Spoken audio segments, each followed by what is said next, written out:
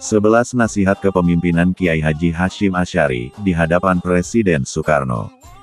Rois Akbar NU, Hadratus Syekh Kiai Haji Hashim Asy'ari, pernah berpidato di hadapan Presiden Soekarno di saat konferensi para alim ulama seluruh Jawa dan Madura di Kediri, 14–15 Mei tahun 1947.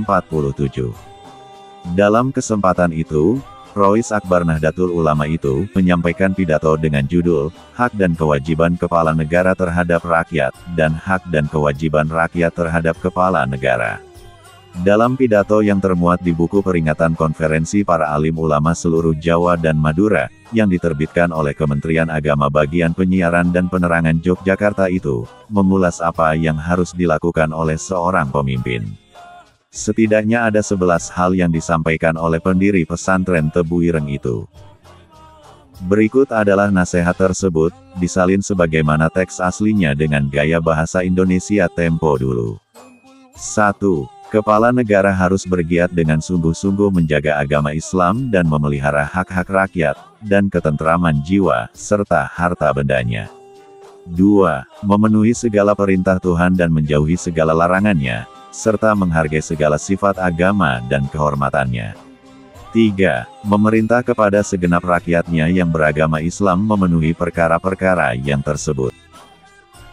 4. Menjalankan hukum-hukum Tuhan, seperti hukum menuduh, hukum zina, dan lain-lain, dengan dipukul, dipenjara dan diasingkan. 5. Menjalankan perintah perang, dengan menyuruh dan mengizinkan kepada rakyatnya untuk berperang pada jalan Allah. 6. Hendaknya ia pengasih lagi penyayang, terhadap orang-orang yang lemah, orang-orang yang miskin, orang-orang yang sengsara, dan orang-orang yang teraniaya. Sebaliknya, hendaknya bersikap keras terhadap orang-orang yang berbuat sewenang-wenang, orang-orang yang curang, dan orang-orang yang congkak. 7. Jangan sekali-kali ia mengambil orang-orang yang menjadi perantaraan dia dengan rakyat, kecuali orang-orang yang baik beragama dan lurus hati. Sesungguhnya kepala negara dengan orang-orang perantaraannya dan pegawai-pegawainya yang menghubungkan dia dengan rakyatnya, jika mereka baik dan lurus hati, tentulah mereka akan menyampaikan segala pekerjaan dari dan kepadanya dengan tidak mengubah, menambah atau mengurangi. Tetapi jika mereka jahat dan hianat, tentulah mereka akan menyampaikan sesuatu pekerjaan kepadanya menurut kehendak hawa nafsu mereka dan kemauan mereka yang jahat. Dengan demikian, bercampur aduklah urusan, kacau balaulah segala hal, sedang segala pekerjaan yang terjadi itu, baik ataupun buruk dari akibat perbuatan orang-orang itu dihubungkan orang dengan kepala negara dan menjadi beban tanggungannya. Oleh karena itu hendaklah kepala negara berhati-hati sekali dalam hal perantara-perantara yang tidak baik dan pegawai-pegawai yang curang. 8. Hendaknya ia memperlihatkan kegemarannya pada kebaikan, dan taat pada menjalankan perintah-perintah Allah terhadap hambanya, mencintai keadilan, membenci kezaliman, sehingga dengan demikian, orang-orang yang dekatnya, atau pegawainya, akan berbuat pula seperti perbuatannya, serta melahirkan perbuatan-perbuatan yang demikian untuk mengambil hatinya, dan tentulah mereka akan selalu berusaha menyampaikan kepadanya hal-hal yang mereka tahu digemari oleh kepala negaranya. 9. Hendaknya ia melantik menteri yang berpikiran dalam lagi bijaksana, dan berkehendak baik. 10. Hendaknya ia menjaga benar-benar dari perbuatan sewenang-wenang, disebabkan perbuatan sedemikian itu adalah sebagai dasarnya keruntuhan dan pokoknya kerusakan, pun menjadi sebab kemusnahan.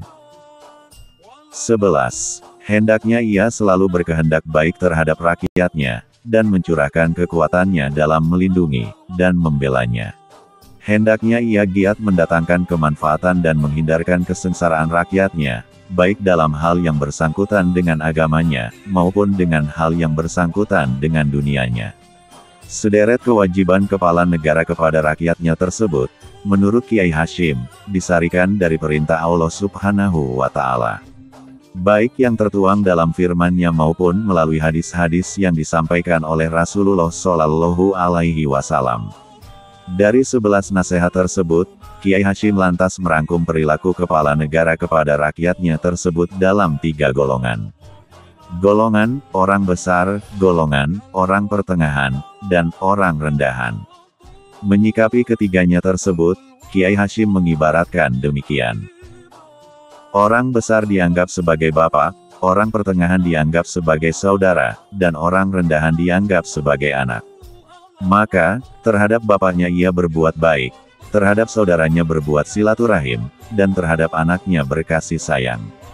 Nasihat-nasihat bernas dari Kiai Hashim tersebut, disambut dengan lapang dada oleh Presiden Soekarno. Dalam sambutannya, Bapak Proklamator Kemerdekaan itu, menyinggung secara langsung pidato Kiai Hashim itu. Tidak tersangka-sangka dalam malam silaturahmi ini, saya menerima nasihat-nasihat yang amat berharga dari JM Kiai Hashim Asy'ari.